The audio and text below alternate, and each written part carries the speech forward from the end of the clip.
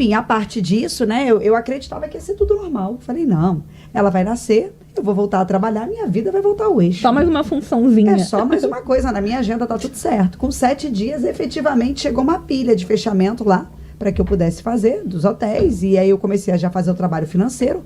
Com 30 dias, eu estava trabalhando em horário comercial. E, cara, isso me botou num buraco, assim, absurdo. Porque eu comecei a ficar muito mal. Eu me sentia péssima em casa, porque eu não me sentia produtiva, veja bem, né? A minha crença de que só produz quem trabalha e gera dinheiro. Sim. E quando eu chegava no hotel, primeiro para eu sair de casa, moro no Pecado, né? Saí ali, todas as mães passeando com as bebês pela praia. Trabalhar. E eu indo trabalhar, Vem e a a minha culpa. filha com a babá. E eu me sentia péssima. Eu me sentia péssima como mãe, eu me sentia péssima em tudo. E aí eu falei, não, eu preciso encontrar o meu lugar no mundo. E aí eu vim passar primeiro por um período de autodesenvolvimento muito grande para eu me encontrar, para eu entender quem eu era. Porque até então eu tinha sido formada para ser, com todo o amor do mundo, tá? Eu não tenho nenhum problema com meu pai, mas eu me formei para ser o que meu pai queria de mim, não o que eu queria para minha vida. E aí, depois, ao longo desse processo, eu engravidei da Marina. Eu sempre quis emendar, então quando a Alice tinha 1 ano, eu já engravidei de novo.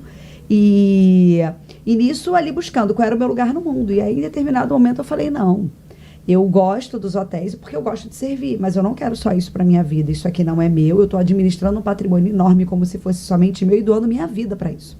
E eu não quero que aconteça dessa forma. E aí eu comecei a buscar o que fazia sentido para minha vida. E eu sempre fui empreendedora. Falei, eu quero trabalhar com empreendedorismo materno. E aí nisso eu criei a Facilitoy, que é uma empresa de aluguel de brinquedos, que eu inaugurei em Macaé em 2020. E eu comecei realmente a trabalhar. As pessoas achavam que eu estava louca. Meus pais não entendiam. Os meus sócios achavam que realmente eu estava um pouco perturbada. As pessoas não entendiam nada. Começou a se vestir de astronauta. Comecei a me vestir de astronauta. E as pessoas tiveram certeza absoluta de que faltava um parafuso. E aí, enfim, eu fui perseverando. Porque assim, não é fácil, né, gente? Nada. Nenhum processo é fácil. E foram ali anos de muita dificuldade. Até que a gente foi caminhando. Em 2021 eu abri no Rio de Janeiro, ano passado. E você ainda viveu essa fase da Facilitoy em plena pandemia, né? Foi. Sim, eu abri a Facilitoy 10 dias antes da pandemia começar. Então, realmente não foi fácil. Não, e quando a pandemia começou, eu tive um anjo, que foi a Renata, que trabalhava comigo na época na Facilitoy, que é uma amiga até hoje. E eu abandonei a Facilitoy, porque eu achei que eu ia falir. Quando a pandemia começou, eu achei que eu ia falir. Era o melhor momento para brincar em casa. Mas quando eu conheci a Facilitoy, foi na pandemia. Só que a Facilitoy era um sonho, o que pagava minhas contas eram os hotéis que eu não tinha ideia do que ia acontecer. E é aquilo, quanto maior a altura, maior a queda. Eu achei que eu ia quebrar. Me lembro de parar, olhar a conta e falar, isso eu vou pagar, isso eu não vou pagar, isso eu vou pagar, isso eu não vou pagar. E meu pai olhava para mim e falava, mas o que está acontecendo? Eu falava, você não está entendendo, o mundo vai mudar. Vai tudo fechar. E as pessoas diziam que eu estava louca.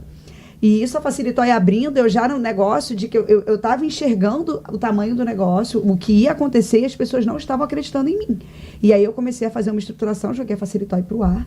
A Renata, graças a Deus, abraçou a causa, trabalhou como se fosse dela ali durante... Foram meses muito difíceis, assim, 2020 para mim foi um ano absurdo. Fui expulsa de casa pelas minhas desempregadas. E eu entendo, na época elas não sabiam o que ia acontecer. E eu dizia, eu não vou abandonar os hotéis. Eu não vou falir. Eu vou fazer o que tiver que ser feito, mas eu vou fazer o meu negócio virar. Meu pai teve que ir embora, eu fiquei sozinha. E elas falaram, se você sair de casa, a gente não aceita trabalhar.